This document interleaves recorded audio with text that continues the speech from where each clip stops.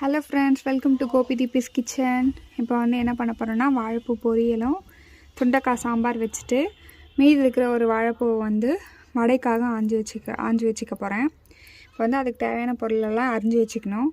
Next 2 tumbler பருப்பு எடுத்துக்கணும். பருப்பு எடுத்து தண்ணி ஊற்றி நல்லா கழுவி எடுத்துக்கணும் 2-3 தடவை.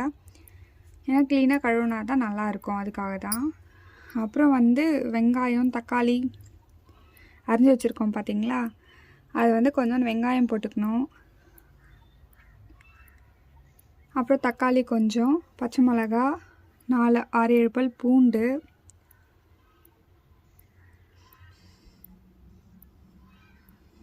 இது எல்லாத்தையும் போட்டு சுண்டைக்காய் கழுவி வச்சுருக்கோம் பாருங்கள். சுண்டைக்காவை நல்லா கழுவுணுங்க, ஏன்னா அதில் நிறைய விதை இருக்கும். அது அன்வான்டாக இருக்கிறதுனால அதை நல்லா வாஷ் பண்ணி எடுத்துக்கணும். வாஷ் பண்ணி எடுத்த சுண்டைக்காயை வந்து இதில் போட்டுக்கணும்.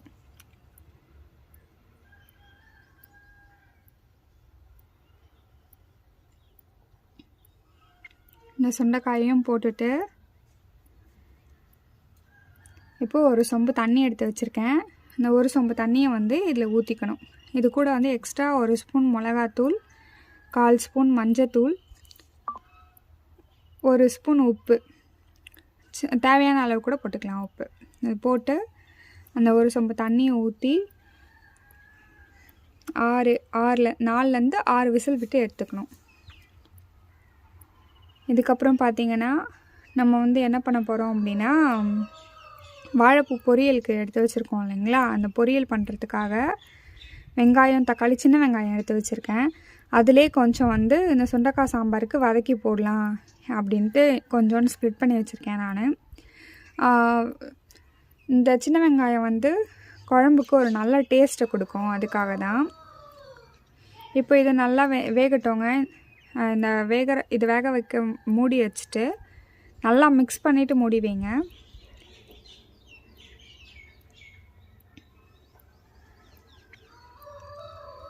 மூடி வச்சு அது பாட்டுக்காக வெந்துட்டுருக்கட்டும். நான் சொன்னேன் இல்லைங்களா, வாழைப்பூ பொரியலுக்கு ரெடி பண்ணி வச்சுருக்கேன்னு சொல்லி. இப்போ அதுக்கு வந்து ரெடி பண்ணிக்கலாங்க. ஒரு கடாய் எடுத்துக்கணும்.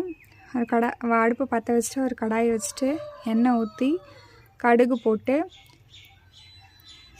அப்புறம் காஞ்ச மிளகா போட்டு, அப்புறம் அதில் வந்து எக்ஸ்ட்ரா இன்னும் என்ன போடணுன்னா சோம்பு கொஞ்சோன்னு போட்டுக்கலாங்க.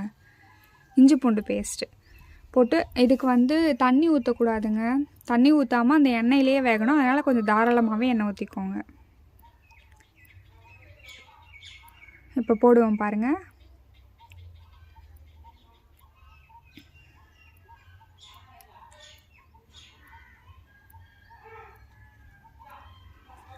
எண்ணெய் காஞ்சதுக்கப்புறமா எல்லாமே ஒன் பை ஒன்னாக போட்டுக்கலாம்.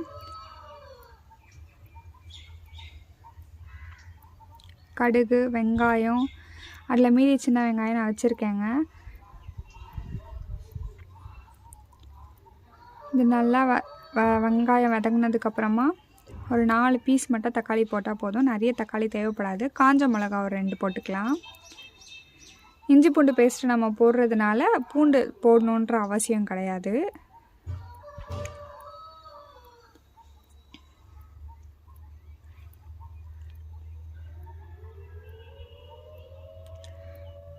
வந்து நல்லா வதக்கிக்கணுங்க. நல்லா வதங்கினதுக்கப்புறமா இதில் வாழைப்பூ ஆஞ்சி வச்சுருக்கோம் இல்லைங்களா, அந்த வாழைப்பூ வந்து இதுக்குள்ளே போட்டுக்கணும். போட்டு ஒரு 1/4 ஸ்பூன் இல்லை 1/2 ஸ்பூன் அளவுக்கு மிளகாத்தூள் போட்டு நம்ம ஒரு கிளறி நல்லாவே கிளறணும். கிளறி மூடி வச்சிட்டிங்கன்னா அது ஒரு 10 நிமிஷத்தில் ரெடி ஆயிருங்க. இப்போ நல்லா வெங்காயம் வதங்கிடுச்சு. இப்போ நெக்ஸ்ட் அதை தான் போடணும். பெருங்காயத்தூள் கொஞ்சோண்டு போட்டுக்கலாங்க. ஏன்னா பெருங்காயத்தூள் போடுறப்ப நல்லா வாசனையாக இருக்கும். இந்த வாழைப்பூவையும் போட்டு நல்லா கிளறி 10 நிமிஷத்துக்கு மூடி வச்சு எடுத்தோம்னா வாழைப்பூ பொரியல் ரெடி. லாஸ்ட்டாக வந்து கொத்தமல்லி கறிவேப்பிலை தூவிக்கலாங்க நம்ம. நெக்ஸ்ட்டு வந்து சாம்பார் அடுப்பில் ரெடி ஆகிட்டு பருப்பு வெந்துட்டு இருந்தது இல்லைங்களா, அது வெந்துட்டுருக்கோம். இப்போ அதை எடுத்து வச்சுட்டு அதுக்கு வந்து எண்ணெய், கடுகு, காஞ்ச மிளகா போட்டு சின்ன வெங்காயம் போட்டு தாளித்து கல்சட்டியில் கடைஞ்சோன்னா அவ்வளோதான், அதுவும் ரெடி. இந்த தாளிப்பை வந்து அதில் போட்டுடணும், அவ்வளோதாங்க.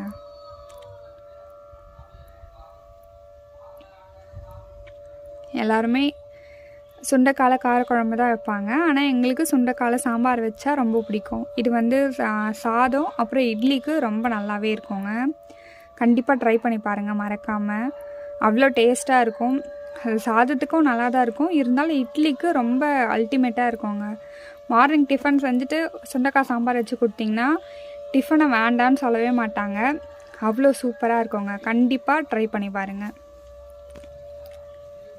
செஞ்சு பார்த்துட்டு பிடிச்சிருந்துச்சுன்னா கண்டிப்பாக லைக் பண்ணுங்கள், ஷேர் பண்ணுங்கள், கமெண்ட் பண்ணுங்கள். பாருங்கள் வாழைப்பூ பொரியலும் ரெடி ஆயிடுச்சு. நெக்ஸ்ட்டு ஏதோ சாம்பாருக்கு சொன்னேன் இல்லைங்களா, அந்த தாளிப்பூ போட்டுக்கலாம். தாளிப்பூ போட்டுட்டோன்னா வேலை முடிஞ்சிச்சுங்க.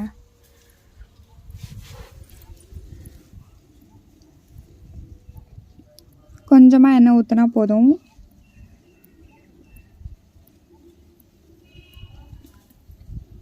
சின்ன வெங்காயம் அரிஞ்சு வச்சோம் இல்லைங்களா, அதையும் போட்டுக்கணுங்க.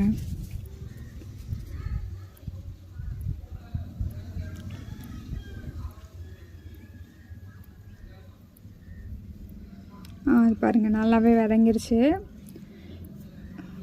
கல்ச்சட்டியில் போட்டு ஃபஸ்ட்டு இந்த வெங்காயத்தையும் இதுவே நல்லா கடைஞ்சிக்கணுங்க. லேசாக மசிச்சு விடுவோன்னு சொல்லுவீங்களா, அந்த மாதிரி மசிச்சு விட்டுட்டு அதுக்கப்புறம் பருப்பு எடுத்து ஊற்றி கடைஞ்சிங்கன்னா நல்லா வாசமாக இருக்குங்க. இந்த தாளித்த தண்ணியை அப்படியே வச்சுருந்தீங்கன்னா லாஸ்ட்டாக வந்து இந்த தண்ணி எடுத்து இதில் ஊற்றிக்கலாங்க. ஊற்றுனா அவ்வளோதான், முடிஞ்சிருச்சு.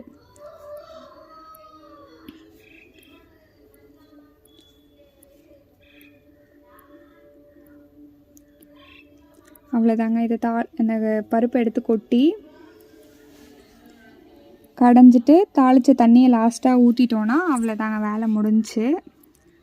கண்டிப்பாக ட்ரை பண்ணி பாருங்கள். சாப்பிட்டுட்டு எப்படி இருந்துச்சுன்னு கமெண்ட் பண்ணுங்கள். லாஸ்ட்டாக கொத்தமல்லி மட்டும் தூவி இறக்கிட்டோன்னா அவ்வளோதாங்க, முடிஞ்சிருச்சு. கண்டிப்பாக ட்ரை பண்ணி பாருங்கள். தேங்க்யூ ஃபார் வாட்சிங்.